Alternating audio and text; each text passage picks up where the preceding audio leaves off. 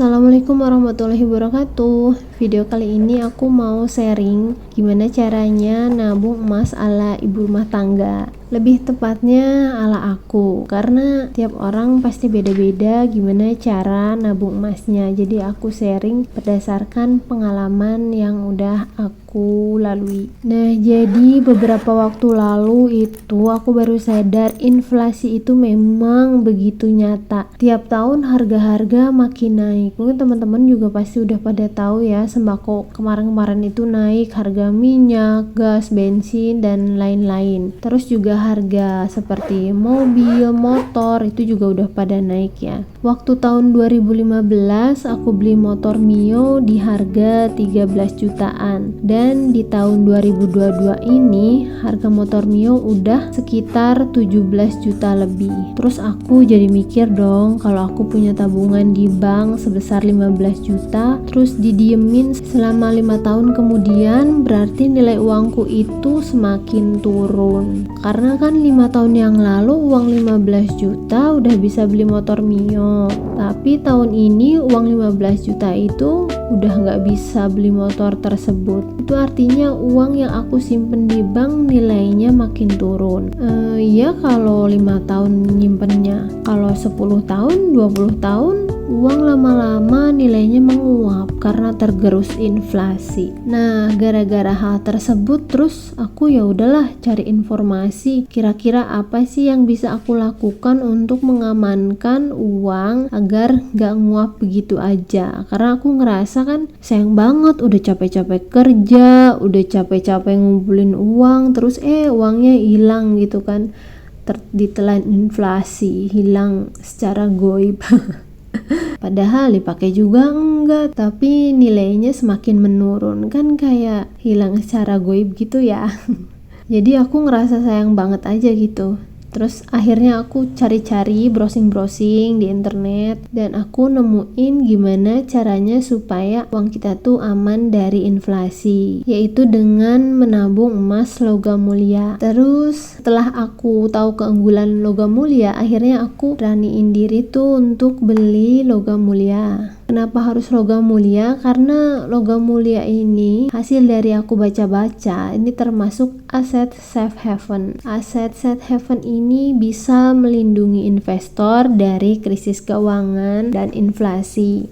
Nilai aset safe haven diharapkan dapat bertahan dan bahkan mampu meningkat pada saat kondisi pasar finansial mengalami goncangan atau ketika aset investasi lainnya lagi turun. Nah, selain itu juga logam mulia atau emas ini merupakan investasi yang praktis dan mudah dilakukan oleh siapa aja. Karena ibu-ibu tuh pasti rada males ya buat ribet, kayak investasi saham kan harus bisa baca laporan keuangan perusahaan, harus bisa baca portofolio dan lain-lain. Jadi agak kurang simpel aja gitu ya. Terus aku akhirnya mutusin buat menyisihkan uang untuk beli LM tiap bulan secara rutin. Nah, nabung emas logam mulia ini sifatnya untuk jangka panjang, minimal 5 tahun ke atas. Jadi yang pertama menurut aku penting banget tuh adalah untuk menentukan tujuan. Jadi misalnya nabung emasnya ini buat beli mobil, atau beli tanah, atau untuk anak sekolah, atau untuk dana pensiun nanti ketika tua. Jadi tujuan ini menurut aku sifatnya wajib banget ya, karena kalau nggak ada tujuan nanti nggak akan ada target. Kalau nggak ada target terus apa yang mau dicapai. Jadi jangan sampai kalau nabung emas logam mulia ini nggak ada tujuannya. Sama aja diibaratkan kita kalau naik bis tapi nggak tahu tujuannya mau kemana. Kalau nggak tahu tujuannya mau kemana, kita kan nggak tahu juga nih kapan harus turun dari bis. Agak aneh kan?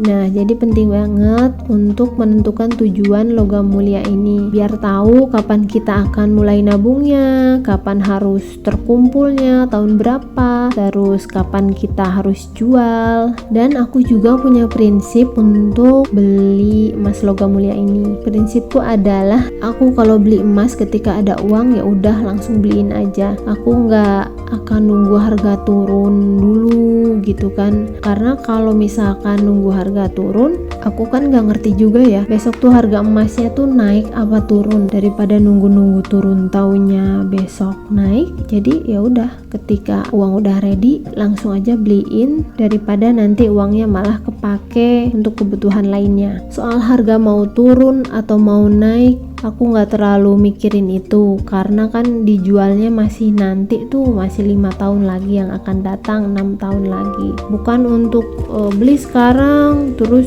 2-3 bulan ke depan terus dijual gitu. Jadi nggak seperti itu ya, karena kan kalau untuk jangka panjang fluktuatif tuh menurutku, jadi aman lah ya. Jadi kalau misalkan sekarang naik atau turun, besok juga bakalan naik dan turun lagi juga gitu.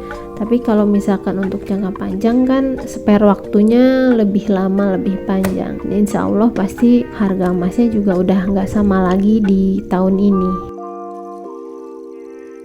Nah, terus soal menyimpan emas. Kalau aku sendiri lebih menyimpan emas secara fisik karena lebih ke asas hati-hati, walaupun sudah ada banyak kabar dari pihak-pihak yang memperbolehkan membeli emas digital atau cicil emas atau arisan emas. Tapi di sini juga yang aku lihat banyak ustadz-ustadz yang bilang katanya nggak boleh. Tapi ini aku kembalikan lagi ke teman-teman semua, lebih memilih yang mana, monggo-monggo saja ya. Dan selain itu juga dari sisi lain aku lebih memilih menyimpan emas fisik sendiri karena jika terjadi sesuatu dengan perusahaan-perusahaan tersebut, di mana perusahaan yang menyimpan emas digital, kita kan nggak tahu ya kedepannya seperti apa. Aku lebih prepare memegang emas secara fisik. Nah, untuk nyimpennya aku tuh ada 2 cara di sini. Yang pertama, kalau di rumah bisa beli brankas mini seperti ini karena emasnya kan masih kecil-kecil juga ya dan belum begitu banyak. Jadi aku pakai brankas mini seperti ini, banyak di Shopee. Nanti kalau ada yang mau samaan, aku taruh linknya di deskripsi ya. Dan selanjutnya kalau emasnya udah banyak, agar lebih safety lagi, bisa sewa safe deposit box di bank untuk biaya sewanya. Nah, ini aku browsing dulu ya biar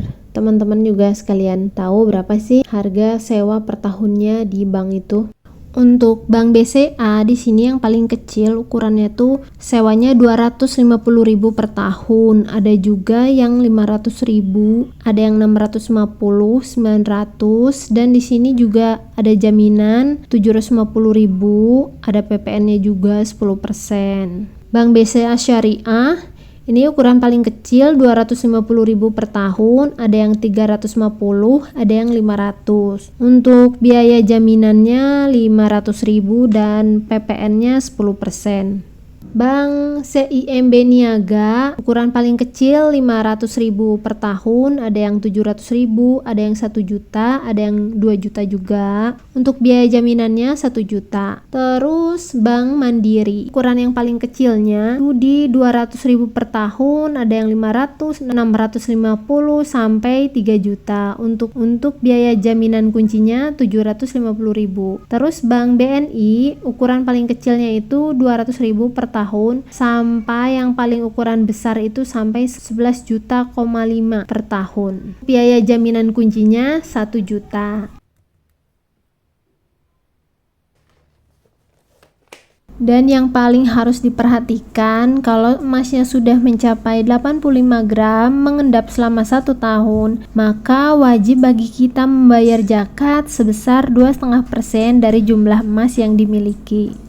Nah, itulah yang bisa aku sharing tentang nabung emas logam mulia ala ibu rumah tangga. Buat yang ingin tahu lebih lanjut lagi soal investasi atau menabung, bisa like, subscribe channel aku biar nggak ketinggalan di video berikutnya. Kalau pengen temenan juga boleh di Instagram, di follow juga ya. Makasih. Wassalamualaikum warahmatullahi wabarakatuh.